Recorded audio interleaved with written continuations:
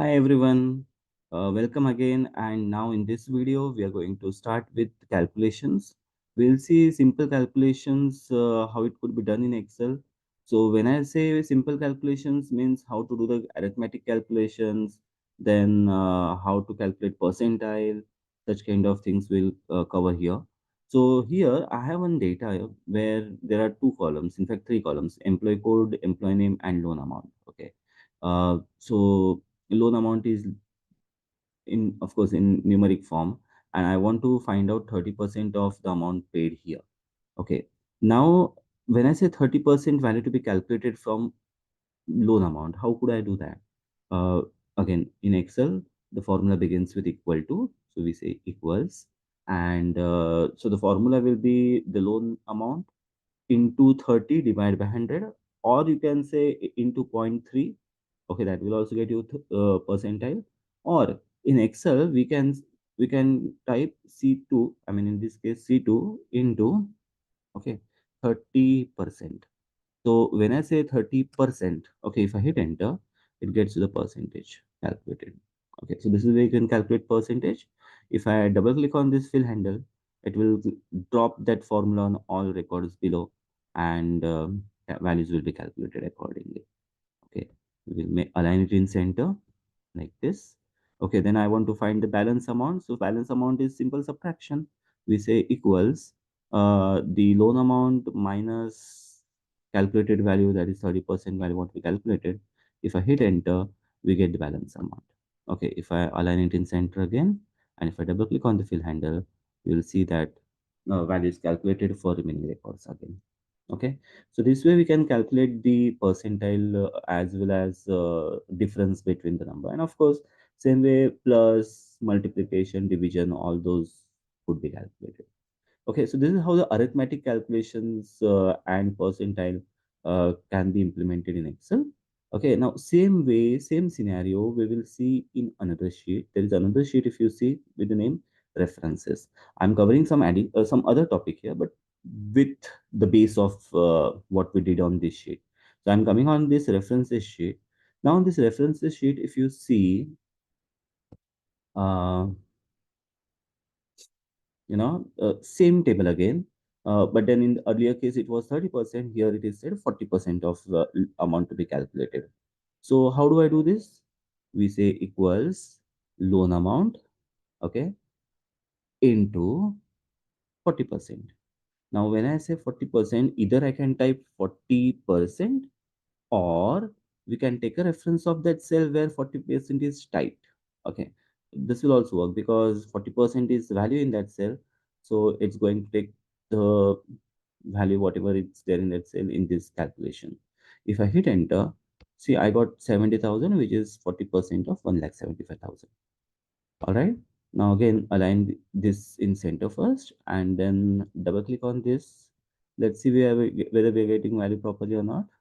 Okay, so these are the kind of outputs we are getting, and why this kind of issues, it's not a correct output. So why I'm getting this kind of value, let's identify.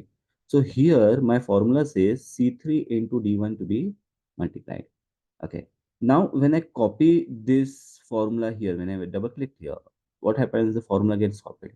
Now we might have observed, or if there's an observation, if you see, like this formula, when it is taken here, okay, this C3 reference will be taken here. Of course, it should come down so that the respective value will be considered.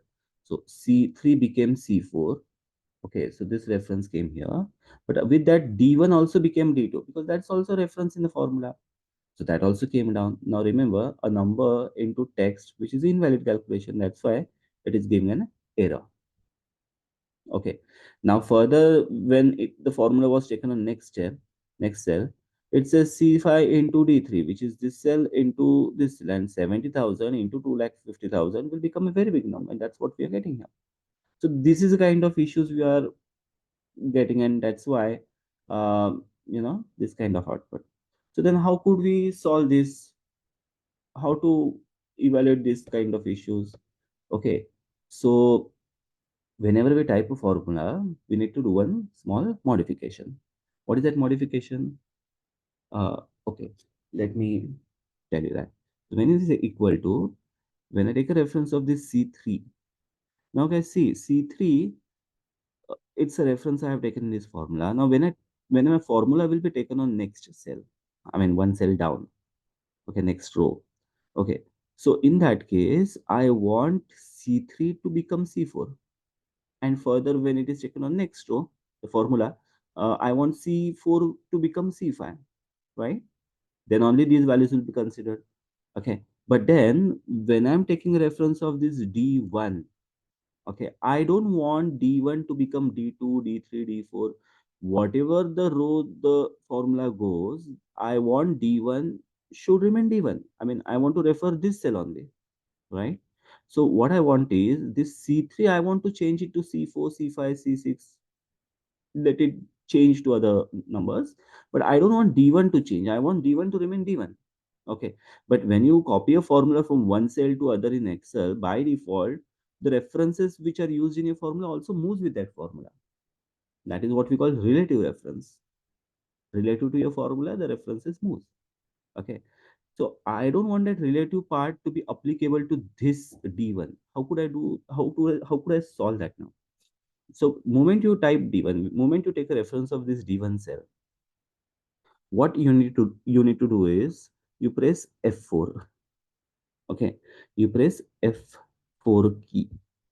Now when you press F4 key, what happened? See what is the observation here? It applied dollar before D and 1. Okay, so where it was D1, now it became dollar D dollar 1. What is the meaning of this? Where the concept says, whatever concept we are covering here, the concept says wherever dollar is applied, that part will not change.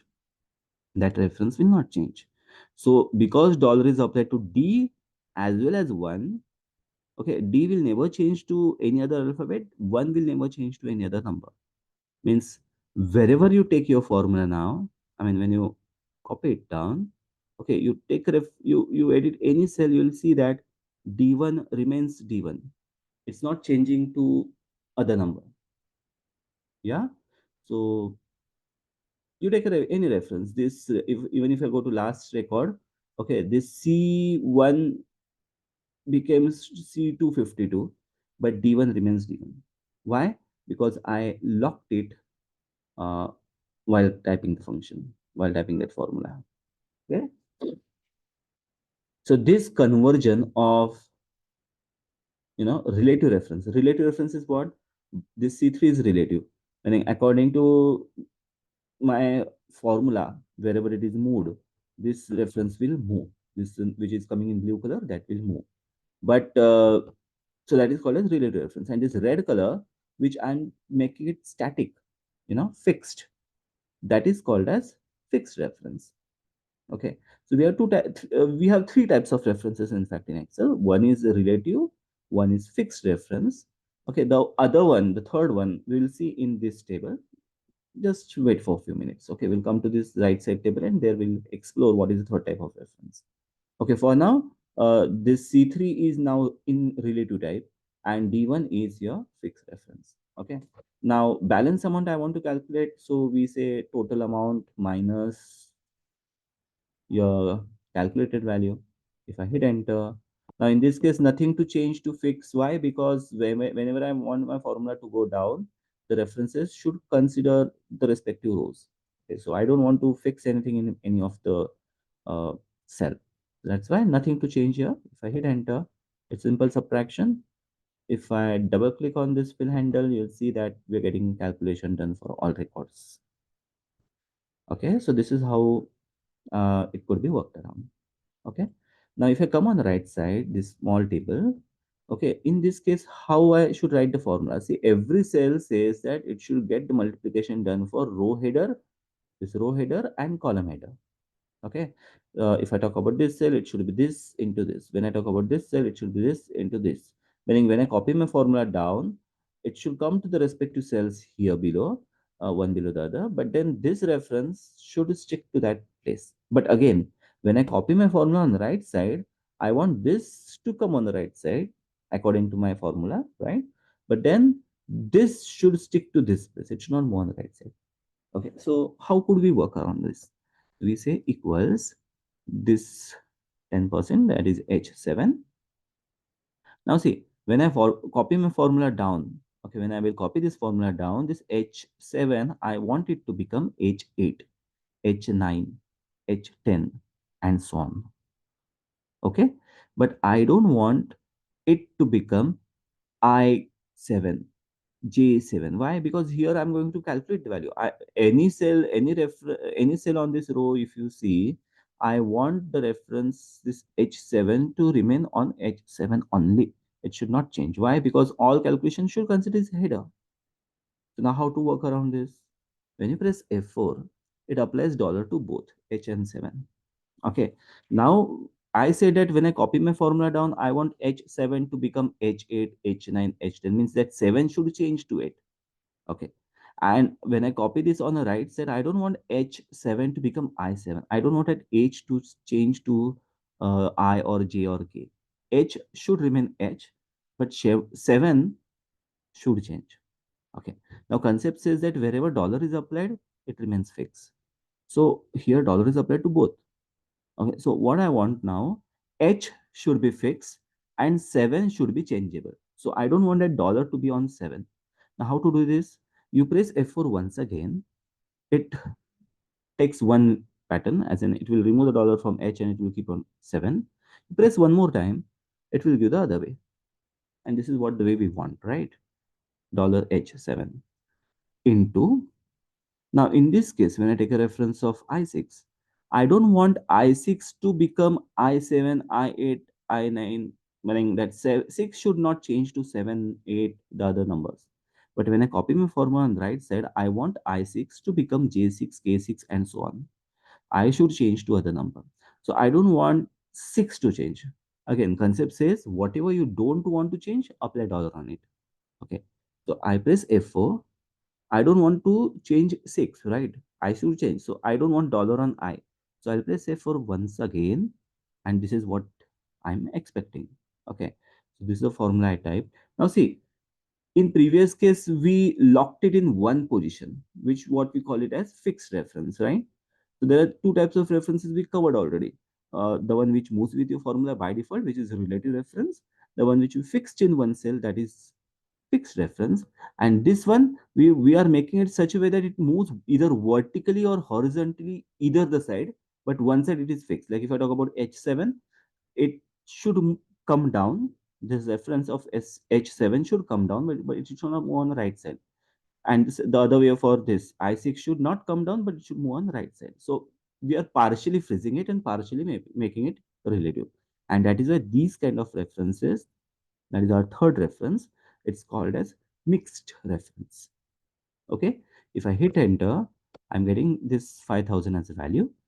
Now, if I drag this on the right side, see, I'm getting values calculated for all record, all fields, all columns on the right side, I could say. And now if I double click on field handle, you're getting data calculated for all records. So I typed my formula once and I copied it on all columns and rows in one go. Okay. If you don't use these references, then you'll have to type the formula again and again for each and every row. Because if you don't type like we saw in earlier case, either we get errors or incorrect calculations. Okay. So this concept, if you understood properly, it's going to save a lot of time, because in complex formulas like VLOOKUP and all the other big formulas that we're going to learn later, this will play a bigger role. Okay, so please ensure this concept is clear. And if it is clear, then you can move to next topics. Okay, now one thing I would like to highlight, that to these recordings, okay, if you see, there are also some attached files for practice purpose. Okay, so I have provided some attached files. You can download those files, practice, and then go to next topic. So I'll recommend whenever you complete any video of mine, okay, after watching this video, download the file as in practice file what I have attached. Okay, practice on that, see if you're getting the output properly, and then finally continue with your next topic. Okay, so with this we complete the concept of references. Thank you for watching. Let's meet again in next video to understand basic functions.